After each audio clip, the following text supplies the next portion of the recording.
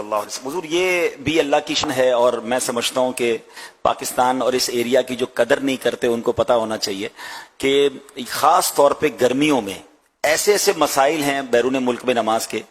You کے میں کچھ علاقے ایسے ہیں جہاں 41 کے قریب راتیں وہ آتی ہیں کہ جس میں عشاء کا وقت ہی داخل نہیں ہوتا۔ اچھا، اس میں جب یہ راتیں آنے والی ہوتی ہیں تو اس وقت بڑا عجیب معمول یہ ہوتا ہے۔ ایک بار ہم برمنگم میں تھے حضور، رات مجھے یاد پڑتا ہے کہ شاید 1:15 بجے یا 1:30 بجے عشاء کا وقت شروع ہو رہا تھا اور 20 منٹ میں ختم ہو رہا تھا۔ صرف 20 منٹ کے لیے عشاء کا وقت آنا تھا۔ ہم وضو کر کے تیار بیٹھے تھے کہ کب عشاء کا وقت شروع ہو اور ہم عشاء ادا کریں۔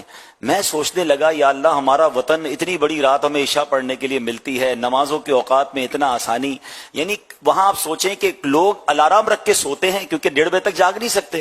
جب عشاء کا وقت 1:30 بجے آنا ہے تو وہ کام کاج سے فارغ ہو کر مغرب پڑھ کے سو جائیں، عشاء کے لیے الارم رکھے اٹھیں، پھر عشاء کے وقت ختم ہو تو پھر فجر پڑھیں۔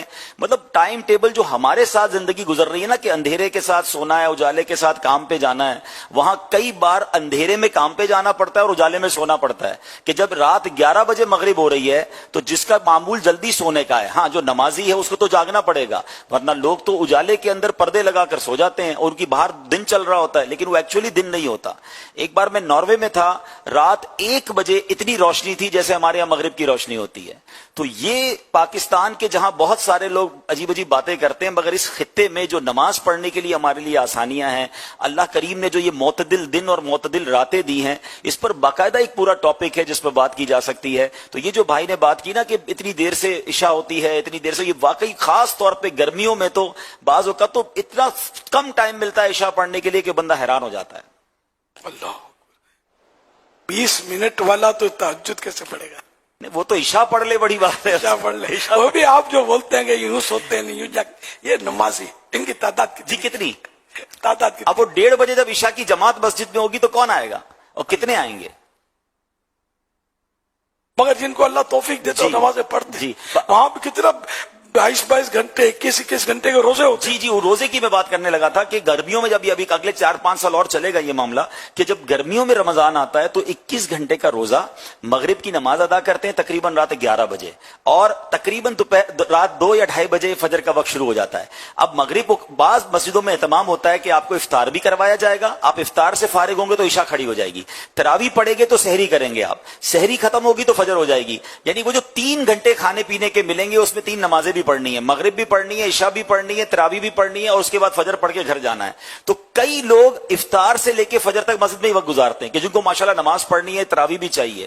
اب آپ بتائیں، اب وہاں ہم نے جب دیکھا کہ بڑی تعداد میں لوگ روزے رکھتے ہیں تو پھر ہمارے وطن میں ان کے لیے بھی سبق ہے جو 15-16 گھنٹے کے روزے میں ڈنڈی مار رہے ہوتے ہیں۔ وہاں واقع وہاں پھر بھی روزے رکھتے ہیں، روزے رکھتے ہیں ایسی تکلیف کے باوجود، آزمائش کے باوجود، الحمدللہ۔ اور گرمیوں میں خیر وہاں اتنی گرمی نہیں ہوتی لیکن 21 گھنٹے پیاس بھوک تو لگے گی نا۔ جی جی، اور 3 گھنٹے میں کتنا کھا کھا کے اور پی پی کے پیے گا؟ ایسے ہی ہے۔ اللہ اکبر، اللہ اکبر، اللہ اکبر۔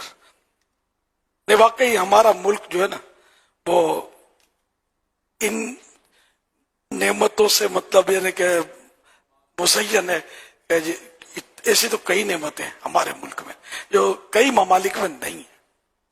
حضور میں اس وقت ساؤتھ افریقہ میں تھا، وہاں اس وقت برف باری ہو رہی ہے۔ ایک بار میں نے تھوڑا سا تجزیہ کیا تھا، کہیں مشورہ بھی کیا کہ سردیوں کے اندر اتنی سردی دنیا میں ہوتی ہے 70% دنیا میں کہ خدا نہ خواستہ اگر ان ممالک میں ایک دن کے لیے لائٹ چلی جائے یا ایک دن کے لیے گیس چلا جائے جس سے ہیٹر نہ چلے تو شاید لاکھوں کروڑوں اموات ہو جائیں گی۔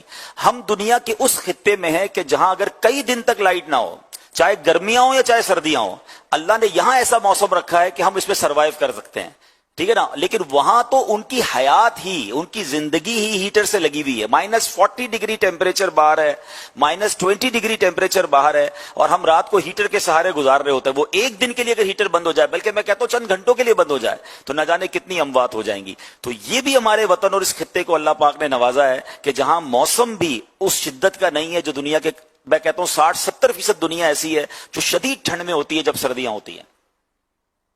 اللہ اللہ پاک ہمیں شکر گزار بندہ بنائے۔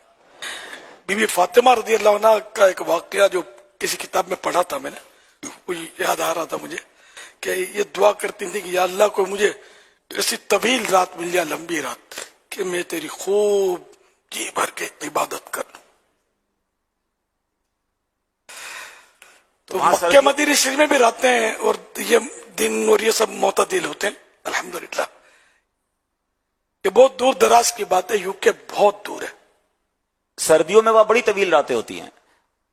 وہاں شام 5-5:30 بجے عشاء کا وقت شروع ہو جاتا ہے اور صبح 8 بجے فجر کا وقت ہوتا ہے. یو کے کی بات یو کے میں یعنی ایک وقت ایسا آتا ہے کہ جہاں رات 11 بجے مغرب ہوتی ہے، اور ایک وقت ایسا آتا ہے کہ شام 6 بجے عشاء ہو جاتی ہے، 4 بجے مغرب ہو جاتی ہے. اتنا بڑا ٹائم ڈیفرنس ہوتا ہے.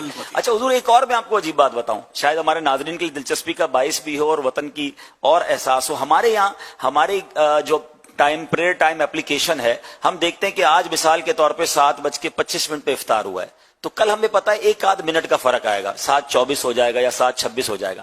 وہاں ایک دن میں 25 منٹ 20 منٹ کا فرق آتا ہے. اللہ، یعنی آپ اندازے سے کچھ کر ہی نہیں سکتے جب تک آپ کے پاس پریئر ٹائم اپلیکیشن نہ ہو، کہ آپ کو اندازہ ہی نہیں ہے کہ آج 20 منٹ کم ہو گئے یا 20 منٹ بڑھ گئے ہیں. اس قدر جمپ آتا ہے ٹائم کے اندر، نمازوں کے اور افطار کے اور دیگر اوقات میں. اللہ اکبر، اللہ اکبر. ماشاء اللہ، بڑی معلومات آپ نے اکٹھی کر رکھی ہے.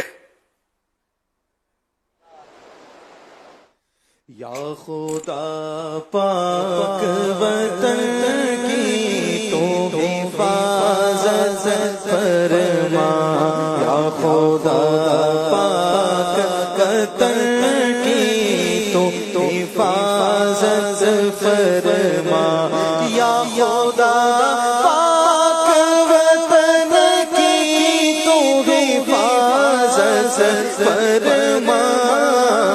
فضل کر اس پہ سدا سایہ رحمت فرما، فضل کر اس پہ سدا سایہ